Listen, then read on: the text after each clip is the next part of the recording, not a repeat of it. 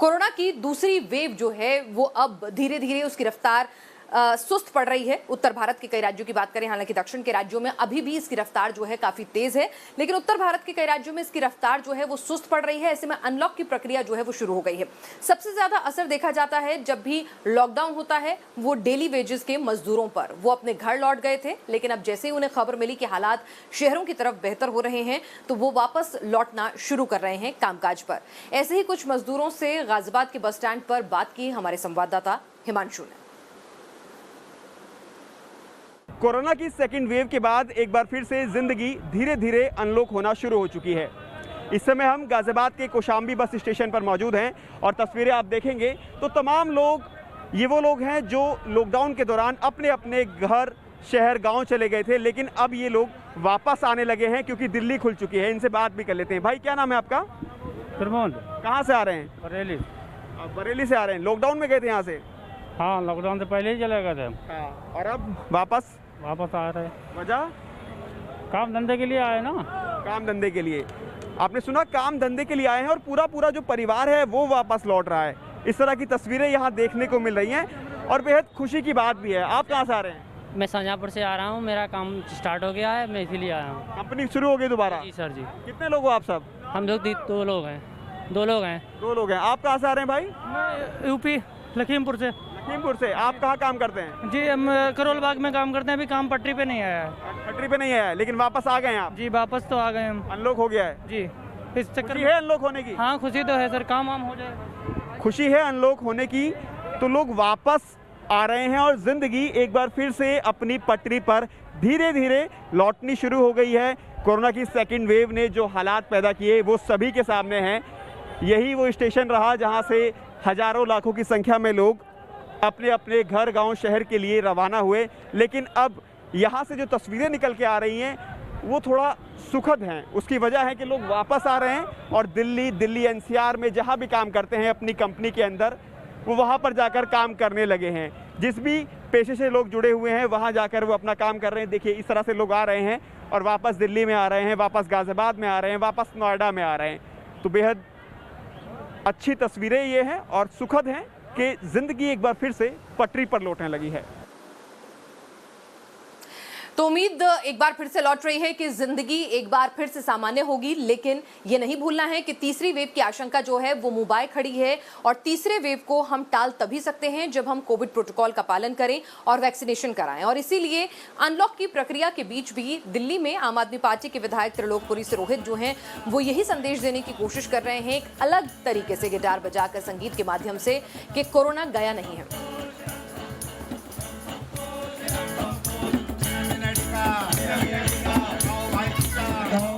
माननीय मुख्यमंत्री केजरीवाल जी ने तमाम विधायकों से बोला है कि आप गली गली जाकर लोगों को प्रेरित कीजिए, ज़्यादा से ज़्यादा लोग अपना वैक्सीनेशन कराएं। तो मैंने, क्योंकि मैं कलाकार हूं, तो एक कला के माध्यम से मैंने लोगों को प्रेरित करने का ये बीड़ा उठाया है और ये बहुत असर भी कर रहा है। क्योंकि जब भी हम कोई बात भाषण के जरिए बोलते हैं, वैसे बोलते हैं, लोग सोचते हैं कि नेताजी कुछ बात कहना है, कहीं ना कहीं राजनीति से प्रेरित बात होगी। लेकिन जब हम संगीत के जरिए बात कहते हैं तो लोगों के दिलों तक पहुँचती है। तो आज वही असर देखने को मिल रहा है। और आइए अब आपको दिखाते हैं कि किस तरह से वैक्सीनेशन को बढ़ाने के लिए, उसको और ज्यादा एग्रेसिवली लोगों तक पहुंचाने के लिए खासतौर से ग्रामीणों के बीच में हर संभव कोशिश की जा रही है। जागरूकता अभियान चलाए जा रहे हैं तो कुछ सख्ती भी की जा रही है। कन्नौज में एक ऐसा मामला सामने आया जब वैक्सीनेशन के लिए गांव वाले नहीं आगे आए तो गांव की बिजली जो है वो गुल कर दी गई कि ताकि गांव वाले शायद डर से या दबाव में जो है वो वैक्सीनेशन करवाएं। मामले ने तूल पकड़ा तो बिजली रिस्टोर कर दी गई है। लेकिन किस तरह की दिक्कतें आ रही हैं गाँव में और कन्नौज में क्या था पूरा मामला वैक्सीनेशन न करवाने पर बिजली गुल करने का, देखिए इस रिपोर्ट में। कन्नौज के वीरपुर गांव में जिला प्रशासन ने गांव की बिजली कल काट दी। गांव के लोगों का कहना है कि जिला प्रशासन ने लाइट इसलिए काटी क्योंकि गांव में लोग वैक्सीन लगवाने को तैयार नहीं हो रहे थे।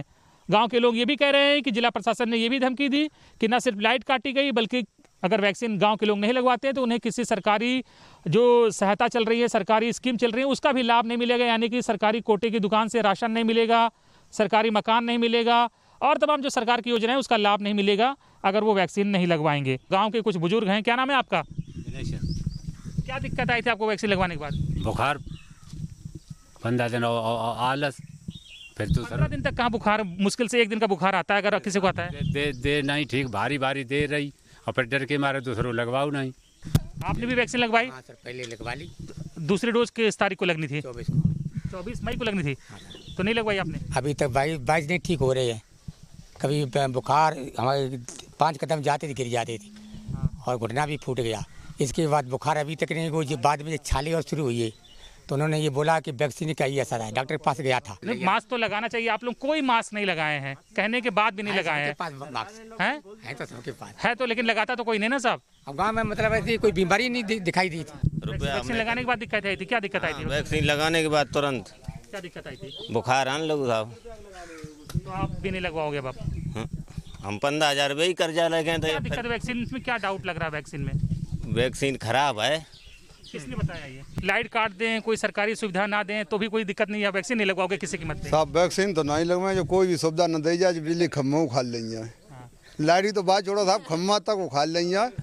प्रशासन के लोगों ने क्या कहा था अधिकारियों ने कि वैक्सीन नहीं लगवाओगे तो क्या क्या नहीं मिलेगा? लाइट नहीं देंगे, मकान नहीं देंगे, राशन नहीं देंगे, सरकारी जो सुविधा है वो नहीं मिलेगी आपको। लाइट तो अब जुड़ गई है। तो जुड़ गई है तो चलने दो। तो कहाँ फिर अगर ऐसा कहा होता तो लाइट जोड़ती क्यों? तो फिर रात भर चली नहीं, वो वहाँ जंपर खुले थे। अभी मैं पावर हाउस गया तब बात हुई, तब जय साहब ने ये कहा कि एसडीओ साहब ने ये बोला है कि लाइन काट दी है। एसडीओ साहब का आदेश है, हम लाइन नहीं जोड़ सकते हैं। यानी कि सरकारी सुविधा ना मिले तो भी वैक्सीन नहीं लगवाओगे? बिल्कुल नहीं लगवाएंगे। कसम खा ली है? बिल्कुल। क्यों? क्योंकि हम मरना चाहते हैं हम। क्या वैक्सीन लगवा के मर जाए? बिल्कुल। अच्छा भैया, अब वैक्सीन की बात आएगी, जैसे हम लोग ऐसे इतने भ्रमित हो चुके हैं, जितने भी जो भी हमारी जनता है जो सेटिस्फाइड नहीं है इस वैक्सीन से, तो हम लोग नहीं लगवा सकते वैक्सीन। तो आप देख रहे हैं कि किस तरह से लोग वैक्सीन को लेकर भ्रम पाले गए हैं और अलग अलग तरह की कोशिशें की जा रही हैं, समझा बुझाकर, जागरूक कर या थोड़ी सी सख्ती भी करी जा रही है, प्रलोभन भी दिए जा रहे हैं। लेकिन इस सबके बीच में कोरोना काल से अलग अलग तरह की तस्वीरें सामने आती हैं। गोरखपुर से एक ऐसी तस्वीर सामने आई है जो फौज के एक जवान ने मिसाल पेश की है। दरअसल कोरोना का वक्त ऐसा था जब अपने अपनों से मुंह मोड़ रहे थे। ये संक्रमित बीमारी के कारण लोग जो हैं अपनों को दाह संस्कार भी मयस्सर नहीं करा रहे थे। तो किस तरह के हालात बने और ऐसे में कैसे सेना का एक पूर्व जवान जो है वो लोगों की मदद के लिए सामने आया और कैसे उसने इंसानियत की मिसाल पेश की कोरोना काल में, देखिए इस रिपोर्ट में। कोरोना का संक्रमण सिर्फ इंसानों तक ही नहीं बल्कि रिश्तों तक भी जा पहुंचा है। जिनके घरों में लोग इस बीमारी की वजह से मरे हैं, तमाम ऐसे लोग जब अपने परिजनों के शव को किसी तरह से एम्बुलेंस में रखकर शमशान घाट लाते थे तो वहां पर छूते नहीं थे, उनका अंतिम संस्कार करने के लिए शवों को उठाते नहीं थे। और कई ऐसे परिवार भी सामने आए जिन्होंने शव को शमशान घाट भी लाना मुनासिब नहीं समझा, अस्पतालों में ही छोड़कर भाग गए। उस दौर में गोरखपुर में कुछ ऐसे भी लोग थे जिन्होंने अपने परिवार के लोगों की तरह उन तमाम मृतकों का अंतिम संस्कार किया जिनके उनके अपने लोगों ने उन्हें छोड़ दिया था। और लगातार जो काम है गोरखपुर के राजघाट पर वो जारी है। गोरखपुर में नगर निगम की टीम के द्वारा, नगर निगम के जो कर्नल हैं सीपी सिंह की टीम के द्वारा जो एक्स मिलिट्री मैंस है वो यहाँ पे लगाए गए हैं और उनके साथ लगभग 1 दर्जन से अधिक लोग इस समय इस घाट पर काम कर रहे हैं। एक दिन में 50 से 60 डेड बॉडी ये लोग यहाँ पर उनका अंतिम संस्कार करते हैं। और हर रोज़ तमाम ऐसे भी लोग आते हैं जिनके उनके परिजन छूने से इनकार करते हैं और ऐसे लोगों को भी यहाँ पे उनका अंतिम संस्कार कराया जाता है। हमारे साथ कर्नल सीपी सिंह साहब हैं। सर बताइए, जब एक दौर हमने अभी 10 दिन पहले 15 दिन पहले ये भी देखा था कि लोगों ने अपने परिजनों का अंतिम संस्कार करने से मना कर दिया, आप लोगों को डर नहीं लगा? आप लोगों का तो यहाँ पे कोई काम भी नहीं होता है, किस तरह से उन शवों को आप लोगों ने अंतिम संस्कार किया? अंतिम संस्कार बहुत बढ़िया होना चाहिए। जब हम जन्म का संस्कार अच्छा करते हैं तो हमारा अंतिम संस्कार भी बहुत अच्छा होना चाहिए। आज महामारी का दौर है, कोरोना की महामारी आई हुई अपने देश में, एक दैविक विपदा है और उसके अंतर अगर ये हमें एक्चुअली हमारी टीम और हमारा को ये काम हमें नगर आयुक्त साहब ने 20 अप्रैल को दिया था और 20 अप्रैल के बाद से आज करीब लगभग 1 महीना और इतने दिन हो गए, करीब 15 दिन हो गए लगभग। हमारी टीम और हमारे जितने भी नगर निगम के हमारे कर्मचारी हैं, उसमें स्वास्थ्य विभाग के हमारे जो डेली विजिट से कर्मचारी हैं जो कि हमारे साथ इन शवों को बड़े प्यार से उठाते हैं। जब भी एम्बुलेंस से आती है तो उसमें बड़े प्यार से इनको उठा के और फिर उनकी अंतिम क्रिया करते हैं। देखिए संस्कार का क्या है, संस्कार में ये जो अंतिम संस्कार है उसके अंदर ये शमशान है। इस शमशान में जहाँ पे सब सम है और जहाँ पर सबकी शान ख़त्म हो जाए वो ये शमशान है। भोले बाबा का ये दरबार है और भोले बाबा का आशीर्वाद ऐसा रहा कि अभी तक हम लोग जितने भी कर्मचारी हैं, हमारी 2 शिफ्ट में काम चलता है, रात भर हम लोग काम करते, किसी को भी कोरोना नहीं हुआ है। तो आप देख रहे हैं कि किस तरह से इंसानियत की मिसालें भी पेश की जा रही हैं। जब अपने अपनों से मुंह मोड़ रहे हैं तो कोरोना में कहीं ना कहीं अगर हम सरवाइव कर पाए हैं तो वो जो हमारी फाइटिंग स्पिरिट और एक दूसरे की मदद की जो भावना है उसने बहुत बड़ा रोल जो है प्ले किया जब सिस्टम कोलैप्स कर रहा था। लेकिन इस सब के बीच में वैक्सीनेशन होना चाहिए अगर तीसरी वेव को रोकना है। दिल्ली में वैक्सीनेशन की किल्लत है, इसको लेकर मुख्यमंत्री लगातार आवाज उठा चुके हैं। लेकिन सवाल सबके जहन में यह है कि सरकारी अस्पतालों में वैक्सीन नहीं तो प्राइवेट अस्पतालों में ऊंचे दाम पर वैक्सीन कैसे मिल पा रही है। इसी गुत्थी को सुलझाने की कोशिश कर रहे हैं मेरे सहयोगी मोहित बख्शी। कोरोना को हराना है तो सबसे ज़्यादा ज़रूरी है वैक्सीनेशन, लेकिन वैक्सीन ही नहीं होगी तो वैक्सीनेशन कैसे होगा। और ये हाल है दिल्ली के तमाम सरकारी सेंटर्स का, जहां पर वैक्सीन जो 18 से 44 की कैटेगरी है उसमें पूरी तरीके से बंद हो चुकी है और अब प्राइवेट अस्पतालों का ही सहारा है। और आप देख सकते हैं यहाँ पर कितनी भीड़ यहाँ पर आपको नज़र आ रही है। और वजह यही है कि जो सरकारी सेंटर्स हैं वो पूरी तरीके से बंद हो चुके हैं। प्राइवेट में भी ये BLK का जो अस्पताल है, हम यहाँ पर साइट पर आए हैं और यहाँ पर 900 रुपये की वैक्सीन जो है वो मिल रही है। और कई जगह ऐसी हैं, कई अलग अलग सेंटर्स ऐसे हैं जहाँ पर अलग अलग दाम है, कहीं 1200 है, कहीं 1600 है, कहीं 1800 तक का भी दाम है। लोगों से ही जान लेते हैं। सर कहाँ से आए हैं आप? यहीं इंदरपुरी से आया हूँ। क्या आपको लगा सरकारी में तो फ्री में लगाने की बात है, तो आपको प्राइवेट में क्यों लगवानी पड़ी? अब स्लॉट ही प्राइवेट में अवेलेबल हो रहा है, सरकारी में मतलब कभी वापस जाना पड़ता है, वापस भी वहाँ पे मतलब स्लॉट लेने के बाद भी वापस आपको लौटा दे रहे हैं। तो हाँ, मेरी मदर के साथ ही हुआ है तो इसीलिए मैंने आज उनको मिल गया, हालांकि गवर्नमेंट में, पर हम लोग को तो प्राइवेट में ही मिल रहा है।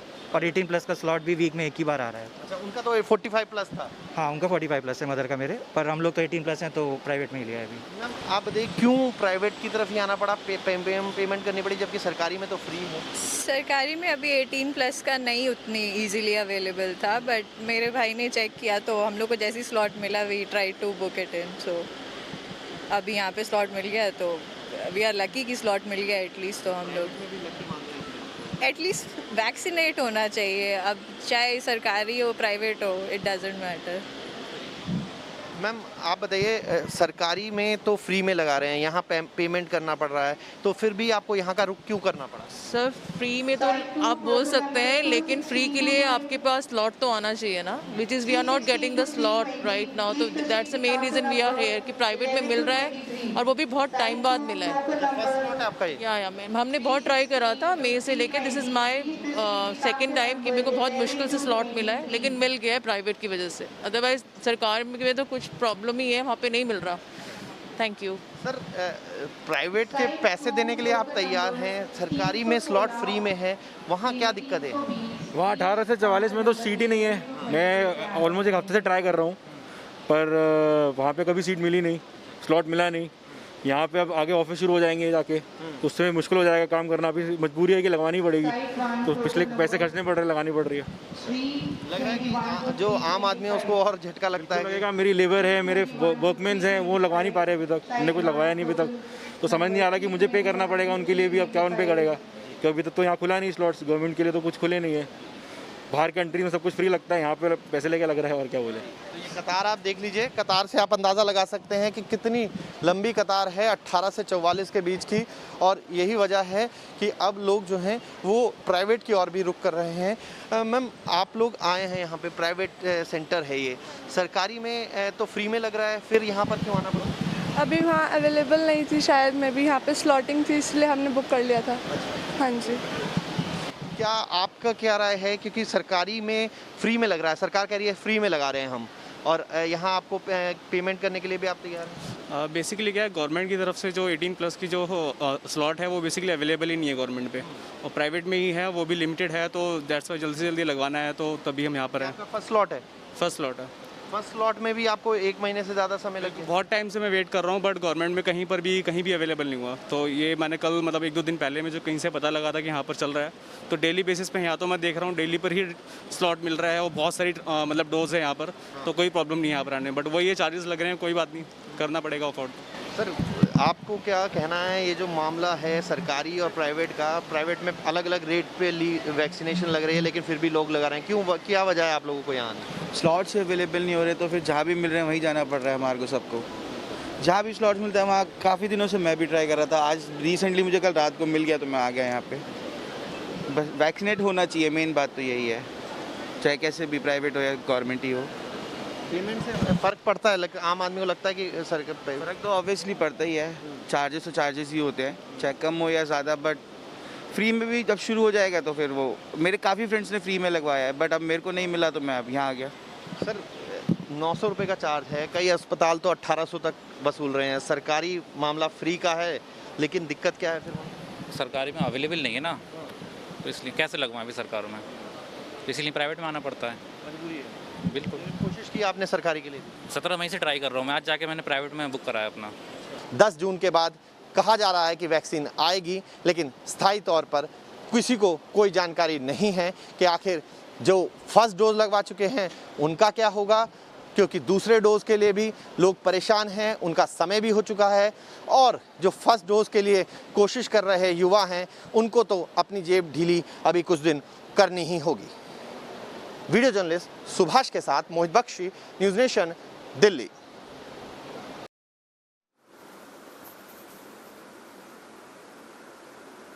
और आइए आपको दिखाते हैं कि दिल्ली में किस तरह से प्राइवेट अस्पतालों में वैक्सीन कम से कम पैसे देकर उपलब्ध तो है, लेकिन मुंबई अगर जाएंगे तो वहां पर प्राइवेट अस्पतालों में भी वैक्सीनेशन का क्रंच जो है वो उत्पन्न हो गया है।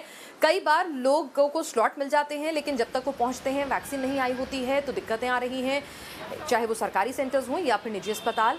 ग्राउंड जीरो से अपडेट दे रहे हैं मेरे सहयोगी पंकज मिश्रा। मुंबई में वैक्सीन की शॉर्टेज की वजह से भले ही आज बीएमसी ने सरकारी और बीएमसी वैक्सीनेशन सेंटर्स को बंद रखा है, लेकिन प्राइवेट अस्पतालों में वैक्सीनेशन जारी है। इस वक्त हम मुंबई के नानावती अस्पताल के बाहर हैं। आपको हम तस्वीर दिखाते हैं किस तरह से बड़ी तादाद में लोग यहां पर वैक्सीन लेने पहुंचे हुए हैं। आपको बता दें कि जो लोग यहां पर वैक्सीन लेने पहुंचे हुए हैं उन्होंने कोविन ऐप के थ्रू खुद को रजिस्टर्ड किया है और यहां पर वैक्सीन की कीमत पर डोज 900 रुपया है। यानी कि एक तरफ जहां बीएमसी और सरकारी वैक्सीनेशन सेंटर पर आपको मुफ्त में वैक्सीन मिल जाता है, तो वहीं दूसरी तरफ आपको प्राइवेट अस्पताल में 900 रुपये से लेकर 1500 रुपये तक, यानी कि अगर आप कोविशील्ड लगा रहे हैं तो उसकी कीमत करीब 900 रुपया है, और अगर आप कोवैक्सीन लगा रहे हैं तो उसकी कीमत 1250 से लेकर 1500 रुपये तक है। तो इस तरह से आपको प्राइवेट अस्पताल में वैक्सीन मिल रहे हैं। बड़ी बात यह है और सबसे बड़ा सवाल ये है कि आखिर बीएमसी के पास वैक्सीन्स जब नहीं हैं तो फिर प्राइवेट अस्पतालों के पास वैक्सीन्स कैसे उपलब्ध हो जाते हैं। अब देख सकते हैं, क्योंकि लोग जानते हैं कि कोरोना के साथ चल रही इस लड़ाई में वैक्सीनेशन कितना ज़रूरी है, लिहाजा लोग पैसे देकर भी यहाँ वैक्सीन लेने पहुँच रहे हैं। कुछ लोग हैं, उनसे बात करते हैं और जानते हैं कि कैसे वो खुद को रजिस्टर्ड कर रहे हैं। और आप वैक्सीन लेने आए हुए हैं? नहीं, ये मेरी फ्रेंड। कैसे आप रजिस्टर्ड करते हैं और यहाँ पर आपका नंबर आता है? जो कंपनी वाले हैं वो लोग अपना प्रेफरेंस दे रहे हैं कंपनी वालों को कि लोगों को वैक्सीन लेनी चाहिए, otherwise will not allowed to work there, that's why. ये कोविन ऐप के थ्रू आप लोग रजिस्टर्ड करते हैं? मेरे थ्रू नहीं, जो कंपनी है कोविन ऐप के थ्रू रजिस्टर्ड करते हैं। कोविन ऐप के थ्रू रजिस्टर्ड, कोविन ऐप के थ्रू रजिस्टर करते हैं। तो देखिए, कोविन ऐप के थ्रू रजिस्टर किया गया है। कुछ लोग हैं, उनसे बात करते हैं। आपने रजिस्ट्रेशन किया हुआ है वैक्सीन का? हाँ। कैसे रजिस्टर किया? वही कोविन वेबसाइट से। और कितने का वैक्सीन मिल रहा है आपको? 900। अच्छा, ये बताइए कि प्राइवेट हॉस्पिटल्स, गवर्नमेंट हॉस्पिटल्स में और वहाँ के जो बीएमसी वैक्सीनेशन सेंटर्स हैं वहाँ तो फ्री में हैं, तो फिर आप लोग यहाँ पर 900 क्यों दे रहे हैं? गवर्नमेंट हॉस्पिटल में मिल ही नहीं रहा है तो क्या करें। उन लोग ने बोला था 1 मई से स्टार्ट होगा 18+ वाले लोगों का। 1 मई से ना एक स्लॉट मिला ना कुछ मिला, अभी कल मुश्किल से यहाँ का मिला। देखिए, लोगों की सबसे बड़ी शिकायत यही है कि जो गवर्नमेंट हॉस्पिटल्स हैं, जो गवर्नमेंट के जो वैक्सीनेशन सेंटर्स हैं, वहाँ पर वैक्सीन मिल ही नहीं रहा। इसी वजह से लोग मजबूर हैं कि वो प्राइवेट वैक्सीनेशन सेंटर पर, अस्पतालों में जाकर महंगे दाम में वैक्सीन ले रहे हैं। सर, आप बताइए कि गवर्नमेंट में नहीं लेकर आप लोग प्राइवेट जगह पर क्यों आ रहे हैं वैक्सीन लेने के लिए? क्योंकि गवर्नमेंट में मिल नहीं रहा है वैक्सीन के लिए स्लॉट मिल नहीं रहा है गवर्नमेंट हॉस्पिटल में, इसलिए यहाँ आ रहे हैं प्राइवेट में। आप लोगों ने पहले ट्राई किया हुआ है? हाँ, ट्राई किया था। तो आप लोगों ने मिल गया, जो मिल गया हमने वो ले लिया, यहाँ आ गए हम लोग। यानी वैक्सीन लेना ज़रूरी है, भले ही पैसे देकर मिले लेकिन समय पर वैक्सीन लेना ज़रूरी है। तो लोग ये जान रहे हैं कि एक बार आपसे जानना चाहेंगे हम कि किस तरह से आपने रजिस्टर्ड किया, और एक जो सवाल उठ रहा है कि गवर्नमेंट के जो वैक्सीनेशन सेंटर्स हैं वो कह रहे हैं कि उनके पास वैक्सीन नहीं है, प्राइवेट में वैक्सीन अवेलेबल हैं, तो आपको क्या लग रहा है कि क्या होना चाहिए? सो आई थिंक अभी तो I am waiting for my wife, so I had already got vaccinated, पहले मेरा हो गया था, तो हमें ऑप्शन दिख रहे थे, हम लोग वेट करते रहते हैं यहाँ पे जब भी स्लॉट्स मिलेंगे। तो even though it is paid, since vaccination लेना ज़रूरी है, तो हम लोगों ने एज सुन एज हमें स्लॉट मिला हम आ गए आज। तो आपको नहीं लगता कि अगर प्राइवेट में वैक्सीन अवेलेबल हैं तो गवर्नमेंट में भी होना चाहिए? हाँ, वो दैट इज़ ऑब्वियस कि वो तो होना चाहिए दोनों जगह पे, but as a consumer, as a normal public citizen, हमें जहाँ भी मिलेंगे that option will take, right. ज़रूरी है कि जहाँ भी मिले, भले ही पैसे देकर मिले, वैक्सीन लेना ज़रूरी है। यहाँ की हम आपसे जानना चाहेंगे कितने रुपए पर डोज वैक्सीन आप लोगों को यहाँ पर मिल रहा है और कैसे रजिस्टर्ड किया आप? एक्चुअली कोविन से रजिस्टर किया है, I am not exactly sure of the amount क्योंकि वाइफ ने किया था, but I think it ranges from somewhere around 250 to 900 I guess, depending कौन सा ले रहे हो आप, कोवैक्सीन हो या Covishield. So I think I am not sure about the amount, but CoWIN से रजिस्टर किया हम लोगों ने। तो कोविन ऐप के थ्रू रजिस्टर्ड किया जा रहा है। वैक्सीन की कीमत जो है वो करीब 900 रुपया है। आपको बता दें कि पर डोज कीमत अस्पतालों को ही वैक्सीन 600 रुपये मिल रहा है, लेकिन बड़ा सवाल ये है कि अगर प्राइवेट अस्पतालों के पास वैक्सीन्स हैं, जब प्राइवेट अस्पताल लोगों को वैक्सीन दे पा रहे हैं तो सरकारी अस्पतालों के पास स्टॉक क्यों नहीं है? और क्योंकि वैक्सीनेशन ज़रूरी है, तीसरे वेव का खतरा सामने है, लिहाजा भले ही पैसे ज़्यादा लगे, लोग वैक्सीन लेने के लिए प्राइवेट वैक्सीनेशन सेंटर्स पर पहुंच रहे हैं। वीडियो जर्नलिस्ट सिद्धेश वास्के के साथ पंकज मिश्रा, न्यूज़ नेशन, मुंबई। तो आपने देखा कि मुंबई के जो प्राइवेट अस्पताल हैं दिल्ली की तरह से, वहां पर वैक्सीनेशन उपलब्ध है, वैक्सीन वहां पर पहुंच रहा है उसका स्टॉक, लेकिन सरकारी अस्पतालों में क्या मुंबई में वैक्सीन मिल रही है? क्योंकि दिल्ली में तो खत्म है, तो सरकारी अस्पतालों की क्या स्थिति है, सरकारी सेंटर्स की क्या स्थिति है? पंकज इस पर भी रिपोर्ट दे रहे हैं। मुंबई में वैक्सीन की शॉर्टेज की वजह से आज गुरुवार के दिन भी मुंबई के सभी सरकारी और बीएमसी वैक्सीनेशन सेंटर को बंद रखा गया है। इस वक्त हम मुंबई के BKC jumbo Covid vaccination centre पर हैं। राज्य का ये सबसे बड़ा वैक्सीनेशन सेंटर है, लेकिन आज बंद है, लिहाजा आप देख सकते हैं पूरा इलाका जो है वो खाली पड़ा हुआ है। आपको हम बता दें कि इसी जंबो कोविड वैक्सीनेशन सेंटर पर एक समय था जब करीब 8 से 10 हज़ार लोगों को हर रोज़ वैक्सीन दिया जाता था, लेकिन अब करीब 1.5 महीने हो चुके हैं, वैक्सीन का शॉर्टेज लगातार बना हुआ है। इतने बड़े वैक्सीनेशन सेंटर पर भी कभी 100 तो कभी 200 वैक्सीन ही उपलब्ध रहते हैं, लिहाजा लोगों को हर रोज़ परेशानी होती है। वैक्सीन के शॉर्टेज की वजह से ही बीच बीच में बीएमसी को ट्वीट के माध्यम से ये जानकारी देनी पड़ती है कि आज वैक्सीनेशन सेंटर को बंद रखा गया है, और यही वजह है कि एक बार फिर गुरुवार के दिन यानी कि आज भी जो तमाम वैक्सीनेशन सेंटर्स हैं, चाहे वो सरकारी हो चाहे वो बीएमसी के हो, वो सभी वैक्सीनेशन सेंटर आज बंद रहेंगे। आपको बता दें कि वैक्सीन का शॉर्टेज करीब 40 दिनों से बना हुआ है, लिहाजा महाराष्ट्र सरकार जो लिमिटेड वैक्सीन्स मौजूद हैं उन्हें सिर्फ उन लोगों को दे रही है जिन्हें वैक्सीन देना सबसे ज़्यादा ज़रूरी है।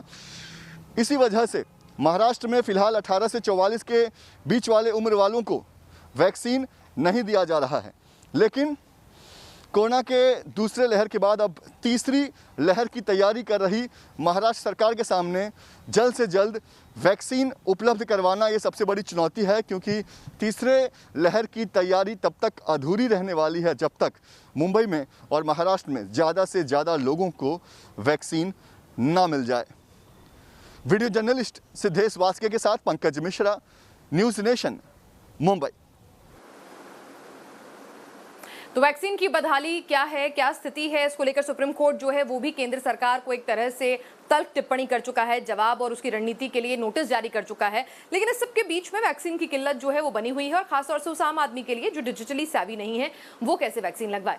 इस सबके बीच में देहरादून से जो रिपोर्ट आ रही है, देहरादून के बड़े अस्पताल दून हॉस्पिटल में बदइंतजामी है। कोविड प्रोटोकॉल तो छोड़िए, मरीजों के लिए सैनिटाइजर मशीन तक अवेलेबल नहीं है। किस तरह से वहां पर बदहाली है, कोविड प्रोटोकॉल्स का उल्लंघन हो रहा है, एक ग्राउंड जीरो से रिपोर्ट देखिए।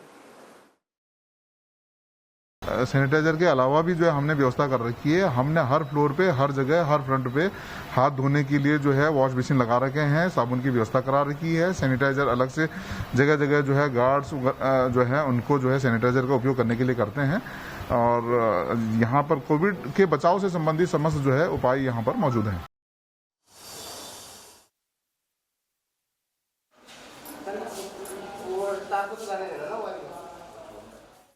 और आइए अब आपको दिखाते हैं कि किस तरह से नोएडा में जो है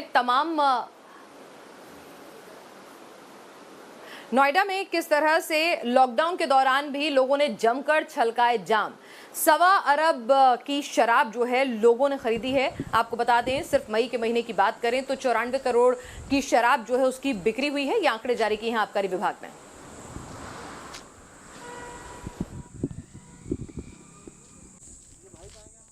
लॉकडाउन और आंशिक कर्फ्यू के बीच में नोएडा के लोगों ने जमकर जाम छलकाए हैं। जी हाँ, दरअसल जो फिलहाल आंकड़े सामने आए हैं वो बताते हैं कि मई में ही नोएडा के लोगों ने 125 अरब से ज़्यादा की जो शराब है वो पी डाली है। नोएडा में मई में ही 125 करोड़ से ज़्यादा की शराब बिक गई और इससे प्रशासन को लगभग 94 करोड़ रुपए के राजस्व का फ़ायदा हुआ है। बताया यह जा रहा है कि 11 मई को ठेकों को खोलने का आदेश हुआ था, ढील दी गई थी और 11 मई से लेकर 31 मई तक नोएडा में जो शराब बिकी है उसका जो आंकड़ा है वो लगभग 125 करोड़ से ज़्यादा का है और इससे प्रशासन को राजस्व के रूप में 94 करोड़ रुपए प्राप्त हुए हैं। हालांकि इसमें एक वजह ये भी आप समझिए कि फ़िलहाल आंशिक कर्फ्यू जारी है, लॉकडाउन चल रहा है। जो दुकानें खुलने का यानी कि जो ठेके खुलने का वक्त है वो सुबह के 10 बजे से लेकर शाम के 5 बजे तक है। अमूमन ये जो टाइमिंग होती है सुबह के 10 बजे से लेकर शाम के 10 बजे तक होती है और यहाँ पर इतनी पाबंदियों के बावजूद इतनी बड़ी मात्रा में शराब बिक्री। तो आपने देखी ग्राउंड जीरो से कोरोना से जुड़ी हुई हर अपडेट हमने आपके सामने रखी, चाहे वो वैक्सीनेशन की शॉर्टेज को लेकर हो या फिर कोरोना के इंतजामात को लेकर या फिर कोरोना के बीच में इंसानियत की तस्वीर पेश करती खबरें हो। आज के लिए बस इतना ही।